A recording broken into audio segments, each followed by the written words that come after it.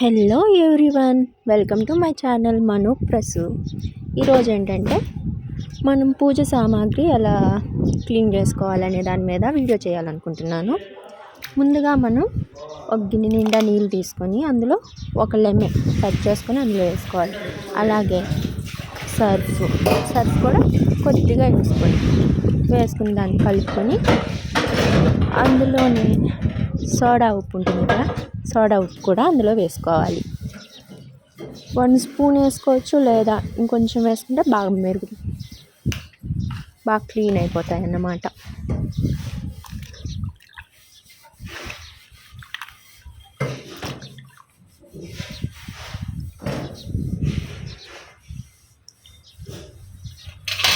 ఇప్పుడు అందులో మన పూజా సామాన్ ఉంటుంది కదా, కుందులు అవన్నీ, ప్లేట్స్ అవన్నీ అందులో వేసేసుకుని గ్యాస్ మీద పెట్టి బాగా బాయిల్ చేసుకోవాలి.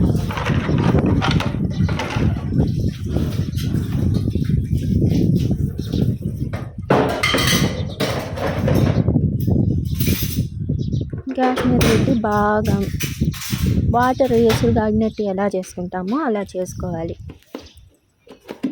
అలా చేయడం వల్ల ఏంటంటే దానికున్న ఇప్పుడు నల్లగా అలా అవుతుంది కదా మనం పూజ చేసేటప్పుడు, ఆ దీపం అదంతా ఇందులోనే వెళ్ళిపోతుంది సగం వరకు. దాన్ని మనం కొంచెం క్లీన్ చేసుకుంటే ఈజీగా వెళ్ళిపోతుంది.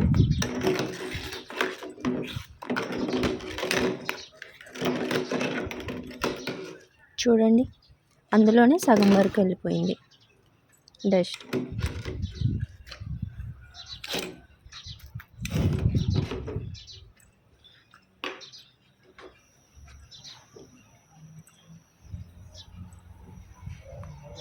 నీరు బాగా మరిగిపోతుంది. అలా మరగడం వల్ల దానికి ఉన్న మట్టి అంతా కొంచెం కొంచెంగా వెళ్ళిపోతుంది.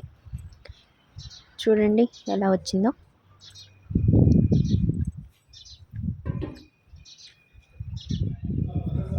ఇప్పుడు వాటిని పక్కకు తీసుకొని అన్నిటిని మనం క్లీన్ చేసుకోవాలి. కాలుతున్నాయి కదా, అందుకే స్పూన్తో తీసుకున్నాను. ఆ నీళ్లు పారబోయొచ్చు కదా అనుకోవచ్చు మీరు, ఎందుకంటే నేను వాటిని శుభ్రం చేసి మళ్ళీ అందులోనే వేసి కాసేపటి తర్వాత మళ్ళీ వాటిని క్లీన్ చేస్తాను. అలా చేయడం వల్ల ఏంటంటే మెరుపు అనేది బాగా వస్తుంది వాటికి.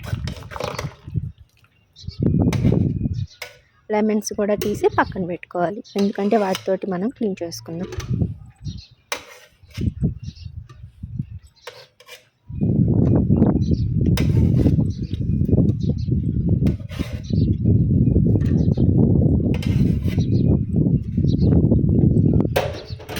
నిమ్మకాయతో రుద్దడం ద్వారా ఏంటంటే దానికి ఉన్న జిడ్డు అలాంటిది కొంచెం వరకు వెళ్ళిపోతుంది.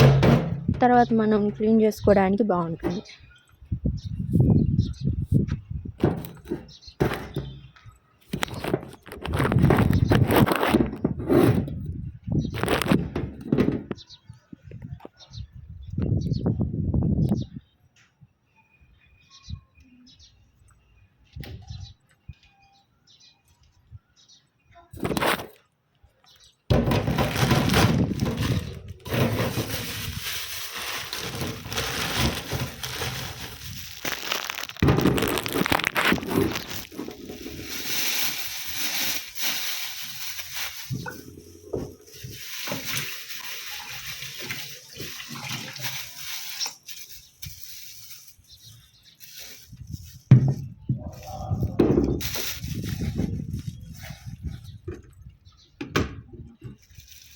ఇప్పుడు దీనిని నేను ఒక కవర్ తీసుకొని, ప్లాస్టిక్ కవర్, దాన్ని సర్ఫ్లో కొంచెం ముంచి మనం పూజ సామాగ్రిని తోముకున్నాం.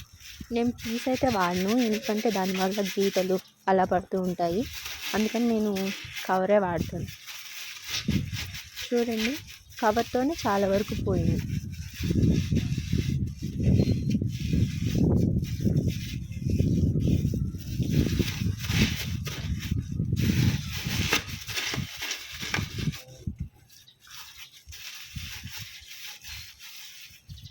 నేను వాటిని గీకడం అలా కూడా ఏం చేయట్లేదు, నార్మల్గానే రుద్దుతున్నాను. చూడండి ఎంతవరకు బాగా వచ్చిందో. ఇప్పుడు నిమ్మకాయతో చేయడం వల్ల కొంచెం మెరుగు అనేది వస్తుంది, వాటికి మెరుగు వస్తుంది. అలాగే జిడ్డు కూడా పోతుంది. చూడండి,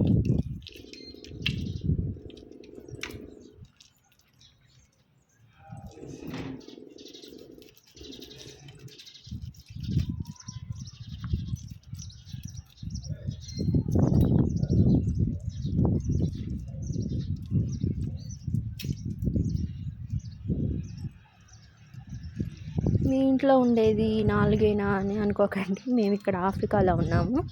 మేము ఇక్కడికి వచ్చేటప్పుడు మా అత్తమ్మ ఈ 4 ఇచ్చింది. ఇంకో 2 కూడా ఇచ్చింది. అవి నేను వాడట్లేదు, అందుకే అవి పక్కన పెట్టాను. వీటి వరకే వాడుకుంటున్నాం మేము. శనివారం కదా అని పూజ చేసుకుందామని క్లీన్ చేస్తున్నాను. నేను డైలీ చేయను, ఎప్పుడన్నా పండగలప్పుడు శనివారం చేస్తున్నాను. అంత భక్తురాలను అనుకోకండి, అంత భక్తి లేదు మనకి. మనసులో తలుచుకుంటే చాలు, పూజలే చేయాలా ఏంటి.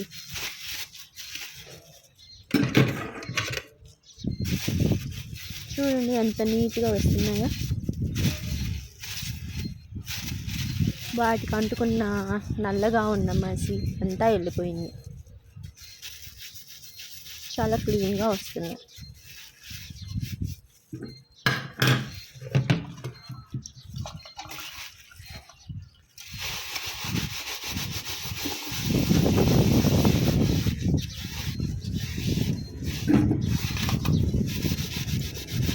నేను ఇంటి దగ్గర ఉన్నప్పుడు నేను అసలు ఏ పని చేయలేదు, మా అత్తమ్మే చేసేది. అన్నీ క్లీన్ చేసి అన్నీ రెడీగా పెట్టేది దేవుడి రూమ్లో. నేను వెళ్ళి స్నానం చేసి నార్మల్గా పూజ చేసేసేదాన్ని. మనదంత పనే ఉండదు, అంతా అత్తమ్మే చేసేది.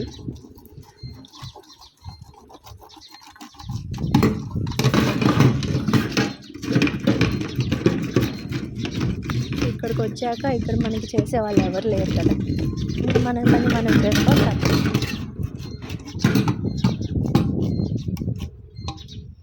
మా పుట్టింట్లో కూడా అంతగా మేము పూజలు చేయము, ఎప్పుడన్నా చేస్తాము. ఎప్పుడన్నా మా నాన్న తిడితే అలాంటప్పుడు చేసేవాళ్ళం. ఎప్పుడన్నా శనివారం అలాగా మా పుట్టింట్లో అయితే. అదే మా అత్తమ్మ వాళ్ళ ఇంట్లో అయితే మా అత్తమ్మ రోజు చేస్తుంది. నేను కొంచెం స్నానం లేట్గా చేస్తాను కాబట్టి మా అత్తమ్మ పెందలాడే చేసేసి పూజ అన్నీ చేసేస్తుంది. ఒక్కోసారి నేను చేసినప్పుడు మా అత్తమ్మ అన్నీ సర్ది అన్నీ చేసి పెడుతుంది, నేను ఇల్లు పూజ చేయడం.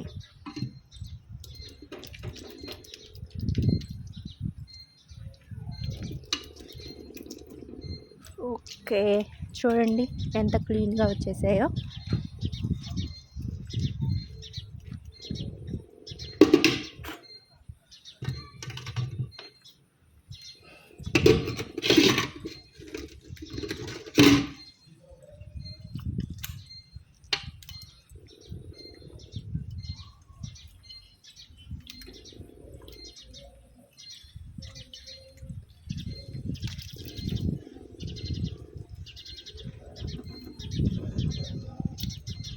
నిమ్మకాయ అయితే ఇప్పుడు స్మాల్ హోల్స్ అలా ఉంటాయి కదా, అందులో కూడా మనం ఆ నిమ్మకాయ ముక్కలతో మనం క్లీన్ చేసుకోవచ్చు.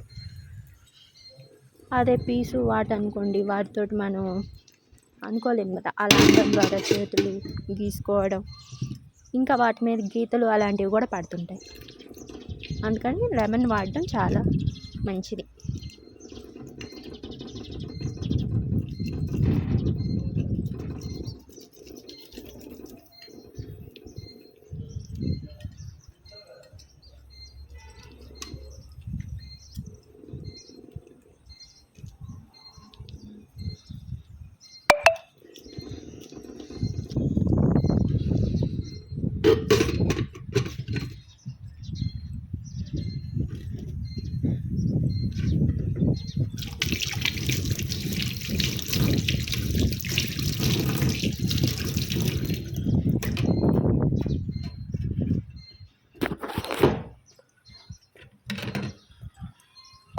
ఇప్పుడు వాటిని ఇందాక నీళ్ళు ఉన్నాయి కదా, సర్ఫ్ వాటర్, అందులో పెట్టి కాసేపు నానబెట్టింది. అలా చేయడం వల్ల ఇంకేమైనా జిడ్డు ఇలా ఉండడం వల్ల నీట్గా వచ్చేస్తాయి.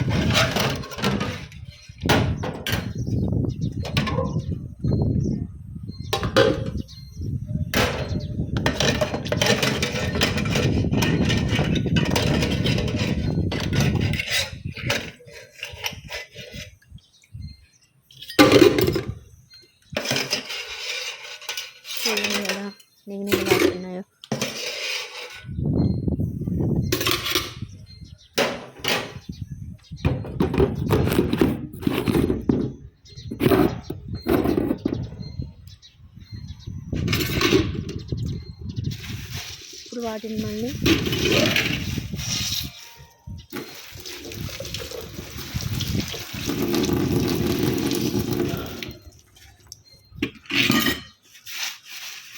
మళ్ళీ సర్ఫ్తో కొంచెం తోమండి.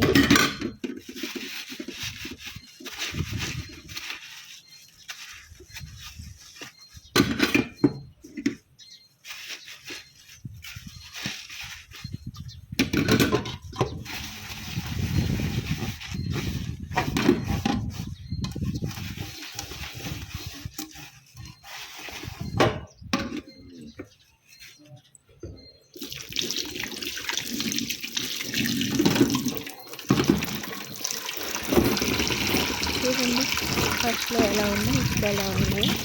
ఇప్పుడు తలతలా వేసిపోతూ ఉన్నాయి.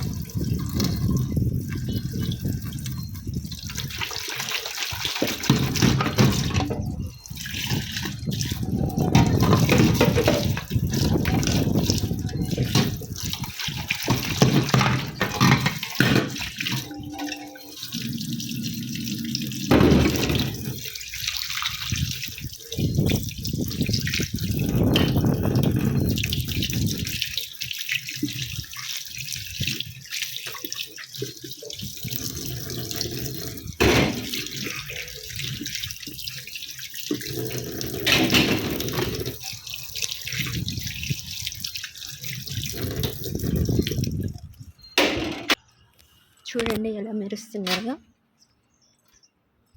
ఫస్ట్లో ఉన్నదానికి ఇప్పుడు ఉండేదానికి ఎంత డిఫరెన్స్ ఉందో మీరే చూడండి.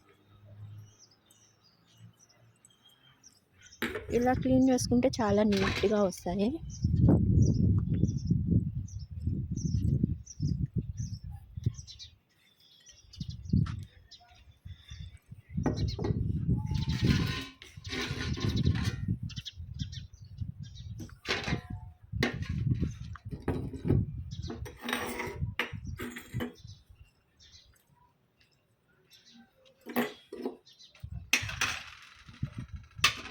నా పూజ సామాగ్రి కడగడం అయితే అయిపోయింది.